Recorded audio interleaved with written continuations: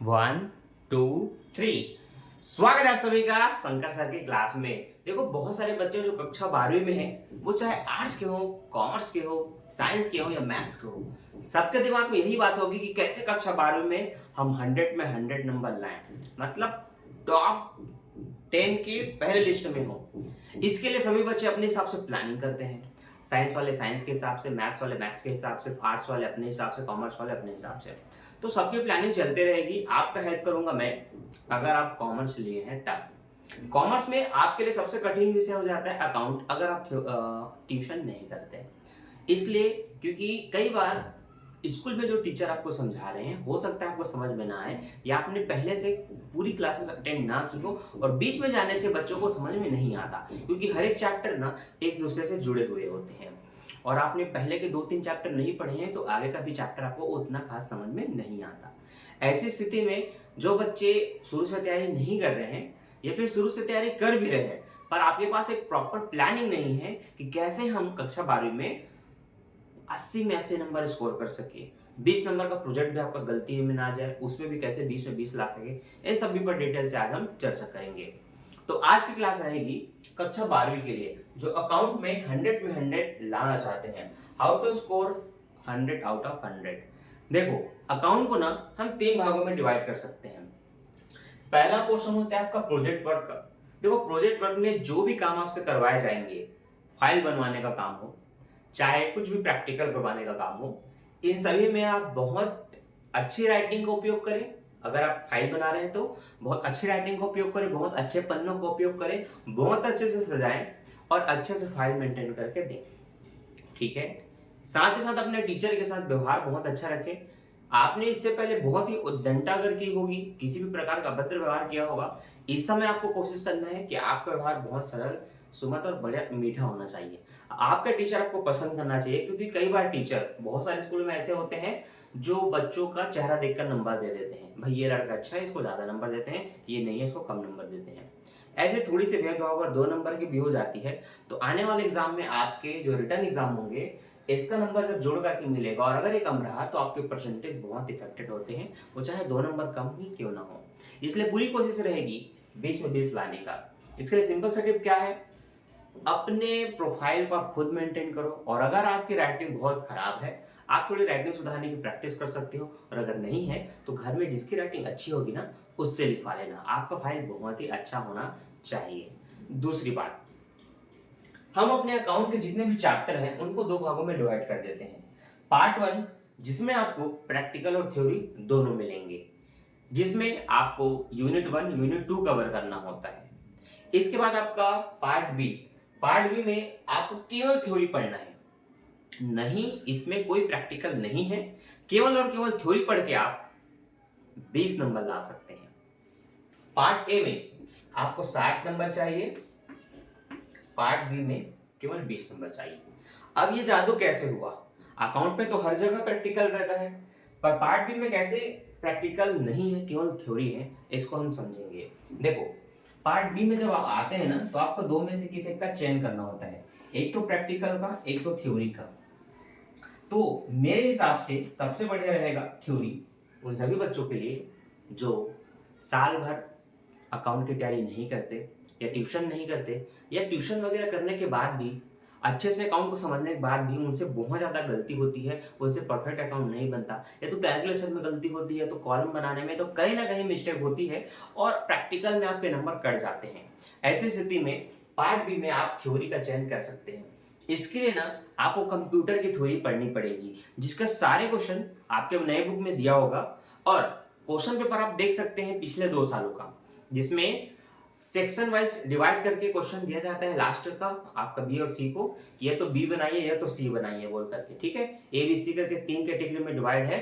ए में तो आपको पूरा मैंने जो बोल दिया, इसमें आपका साझेदारी का पूरा चैप्टर, आपका कंपनी का चैप्टर, अंश पूर्वाधिकार निर्गमन, ये जो जितने भी थ्योरी है ना वित्तीय विवरण के, इन सबको इसमें ऐड कर दिया जाता है। इसमें आपको मिलते हैं 60 नंबर।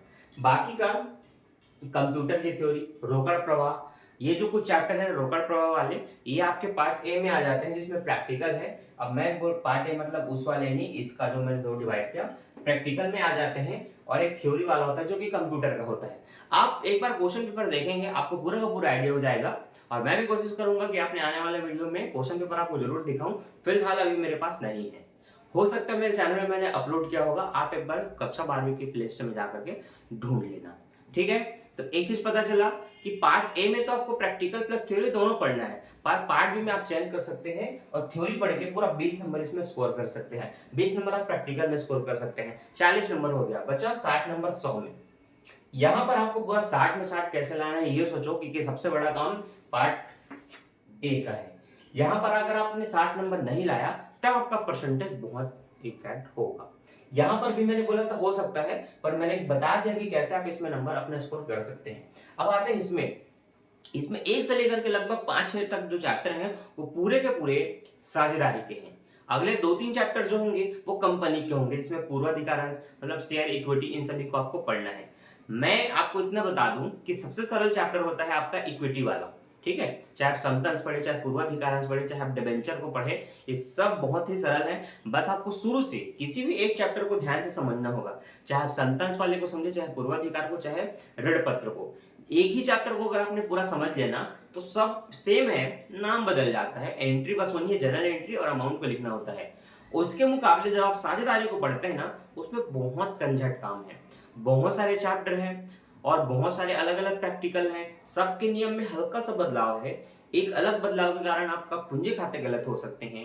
ये थोड़ा सा जो मिस्टेक होता है ना, इसके लिए बहुत ज्यादा प्रैक्टिस की आवश्यकता है। तो अगर आप मुझसे पूछे कि सर सबसे ज्यादा किस चैप्टर पे मेहनत करें, तो सबसे ज्यादा आपको चैप्टर 4, 5, 6 ये तीनों चैप्टर में बहुत मेहनत करना है, क्योंकि एक में प्रवेश होता है, एक में अवकाश ग्रहण होता है और एक में मृत्यु या निवृत्ति हो जाती है, मतलब फर्म का समापन हो जाता है।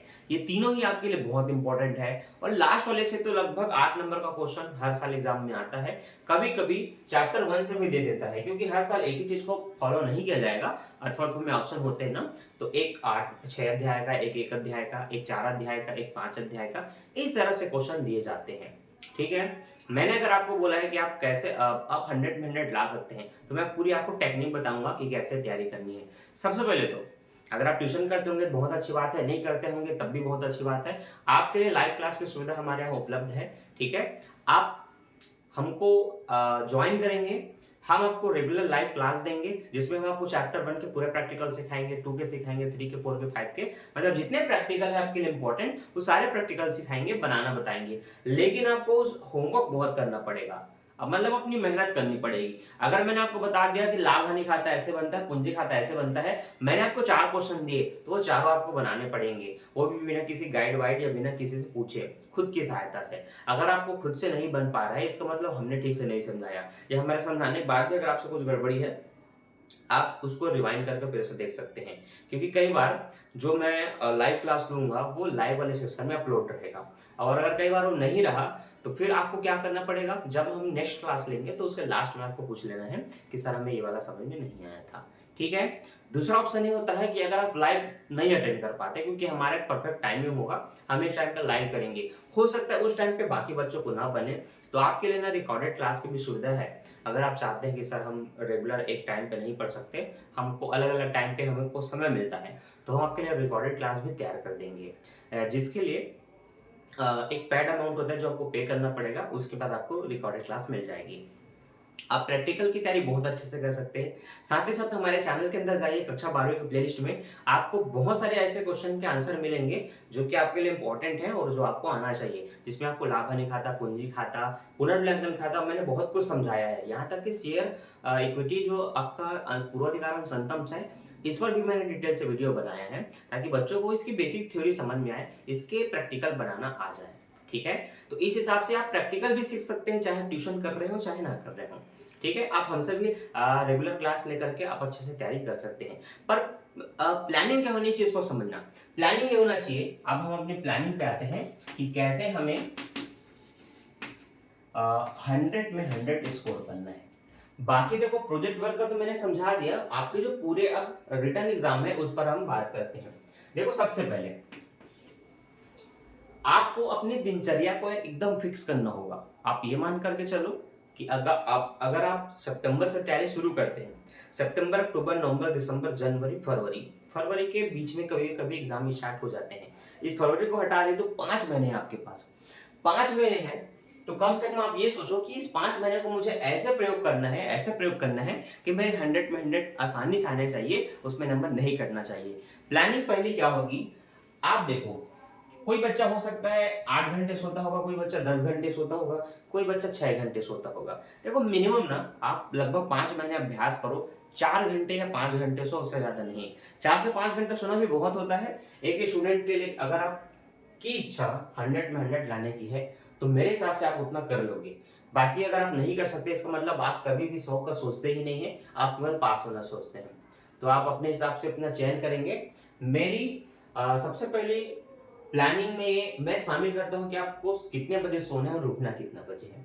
ठीक है, देखो कुछ बच्चे जल्दी सो जाते हैं, कुछ बच्चे बहुत रात तक जगते हैं उसके बाद सोते हैं, और मतलब कई बच्चों को नींद नहीं आता। तो मेरी टाइमिंग रहेगी सोने का टाइमिंग है लगभग 12 बजे। ठीक है, लगभग 12 बजे, जो कि 5 बजे तक आपका होना चाहिए। आप बिल्कुल 5 बजे उठ जाओ, चाहे तो 4 बजे भी उठ सकते हैं, ये टाइमिंग आगे पीछे हो सकता है। ये टाइम है कि आप 12 बजे सो गए, 5 बजे उठ गए। ठीक है,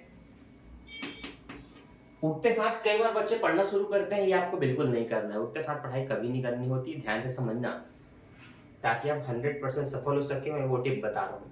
उठते साथ आपको पढ़ाई नहीं करना है। आपने 5 बजे उठा, आप थोड़ा सा फ्रेश वगैरह होंगे, हो सकता है कई बार बच्चों को उठते साथ नींद आने लगती है या फिर प्रेशर वगैरह नहीं आता, उस समय वो क्या करें उनको कुछ समझ में नहीं आता। तो सबसे पहले आपको क्या करना है, उठ जाना है, ठंडे पानी या नॉर्मल पानी में अपना फेस को वॉश कर लेना है। उसके बाद ना, अगर आपका छत है घर में तो आप छत में टहलिए, नहीं तो घर के बाहर आंगन वांगन में टहलिए। टहलने से क्या होगा, अभी आपने बिस्तर से जस्ट उठा है ना, आपकी सारी नींद और थकान धीरे धीरे गायब हो जाएगी। कई बार बच्चे बस उठे, अकेले कमरे उनके पास, मस्त सोए थे, उठे, अलार्म बजा तो लाइट ऑन किया और सीधा बैठ के पढ़ना शुरू कर दिए। देखो भाई, बिस्तर है सोने के लिए, जब भी आपको नींद आए बिस्तर ही खींचेगा और आप सो के, बिल्कुल मतलब सो के पढ़ेंगे, आप सो ही जाएंगे। तो कभी भी बिस्तर में नहीं पढ़ना है, याद रखना। जब आप अभी नींद से जस्ट जगे हैं या बहुत आपने खाना खा लिया और बिस्तर में जाके बैठ रहे हैं, वो आपको खींचेगा।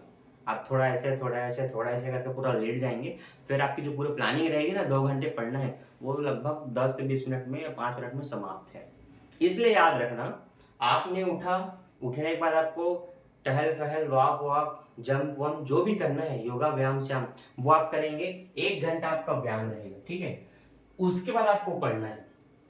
तो पढ़ने का काम जो होता है वो आपका 6 बजे से लेकर के, इसमें आप आधा घंटा आगे पीछे कर सकते हैं। अगर आप ज्यादा वर्कआउट कर रहे हैं तो 1-1.5 घंटे की भी हो सकते हैं, मैं उस पर कुछ नहीं कहूंगा।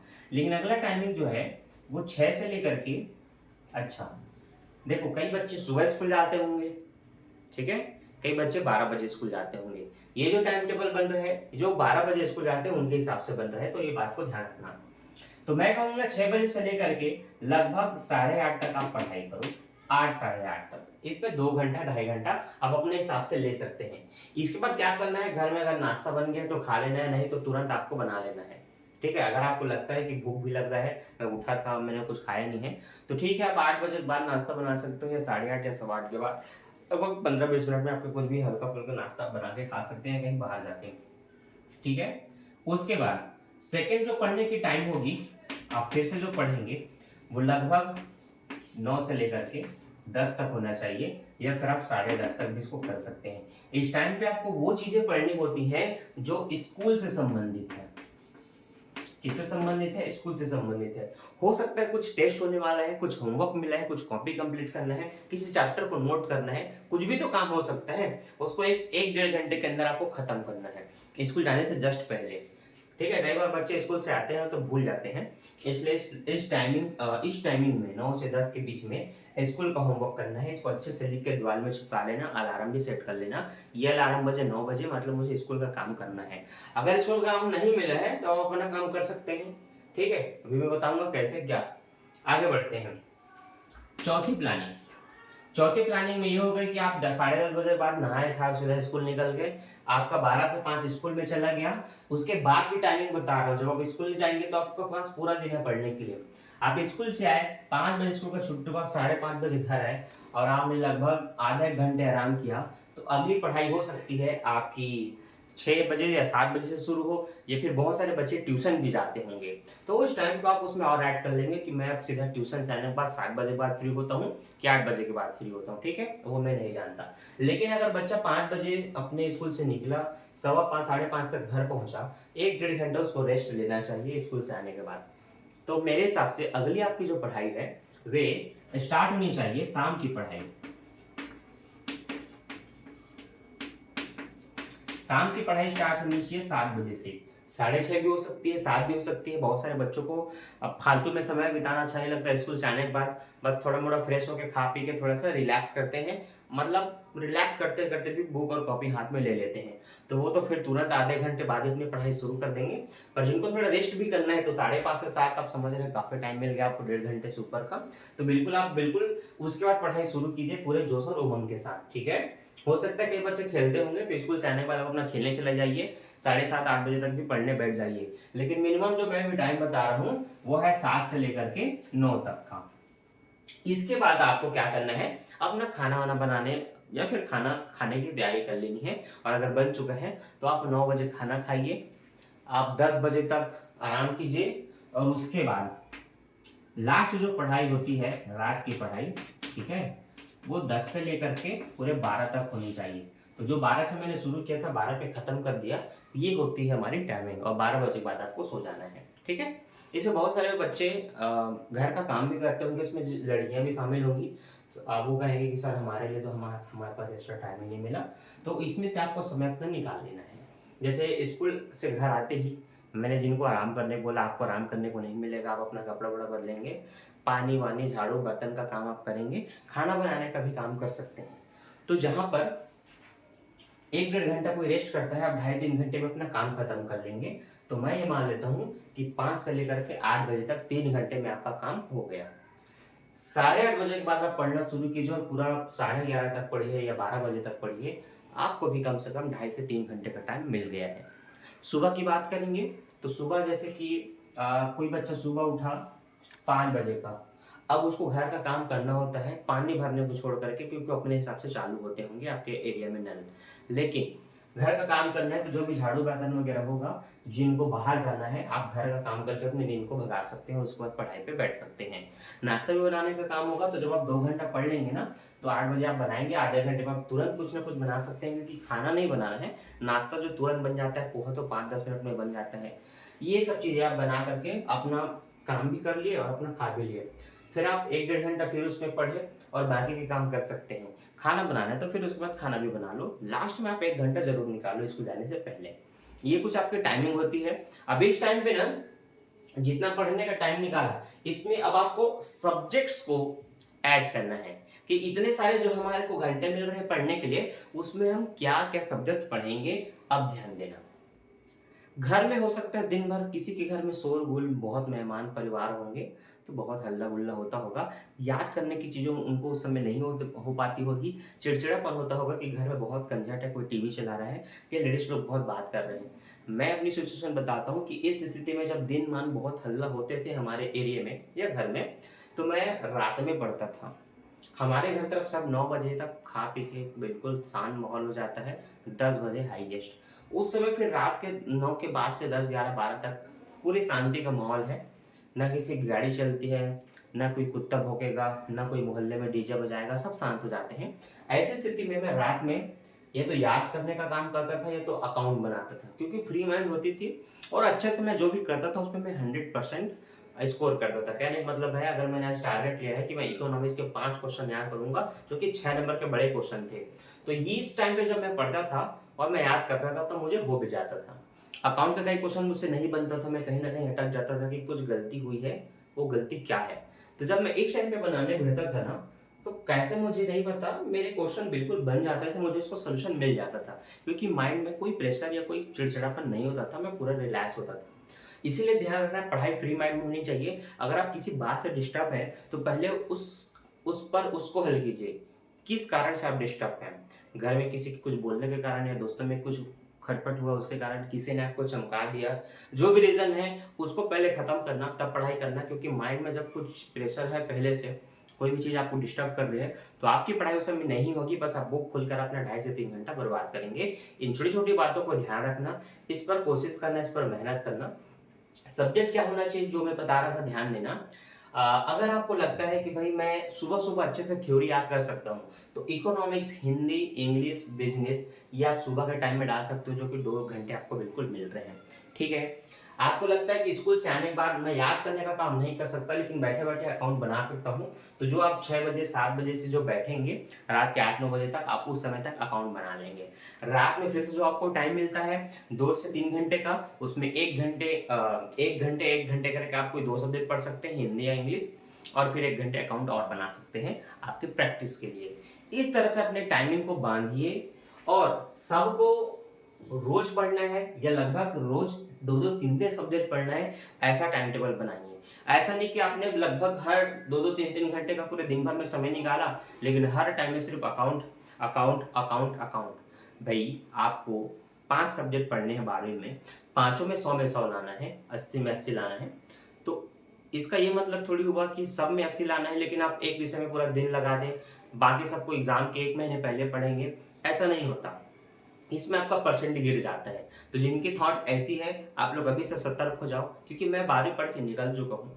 इसलिए मैं आपको सलाह दे सकता हूँ कि ये गलती आपको नहीं करना है। हमारे बीच में कई बच्चे ऐसी गलती करते थे। नतीजा ये हुआ कि 11वीं 10वीं तक जिनका 80-90% आता था, 12वीं में मैं क्या बताऊँ, 60% भी नहीं आ सका। ऐसी गलती होती है। साल भर अगर आप अपने ही विषय में घुसे रहेंगे, वो मैथ्स हो सकता है, वो साइंस हो सकता है, वो अकाउंट हो सकता है, कुछ भी एक विषय हो सकता है। साल भर उसी को पढ़ेंगे तो पूरा मेहनत आपका उसी पे हुआ। इस कारण से क्या होगा, उसमें तो हो सकता है आपका 80, 90, 99 या 100 भी आ जाए, लेकिन बाकी के विषय में हिंदी, इंग्लिश और बाकी में क्या होगा, 50 नंबर उसमें, 40 नंबर इसमें, 60 नंबर इसमें। इसके कारण आपका 20, 30, 40, 50, 60 नंबर का कम, अगर आप कम नंबर लेके आ रहे हैं, तो परसेंट पूरा डाउन हो जाता है, काफ़ी डाउन हो जाता है। आप शायद 80-90 के पास भी नहीं रहेंगे। इसलिए ध्यान रखना, सबको पढ़ना है, हर विषय को पढ़ना है। जैसे ये वाला टाइम मिला, आपने हिंदी या इंग्लिश पढ़ लिया, अगर स्कूल का कोई होमवर्क नहीं है तो।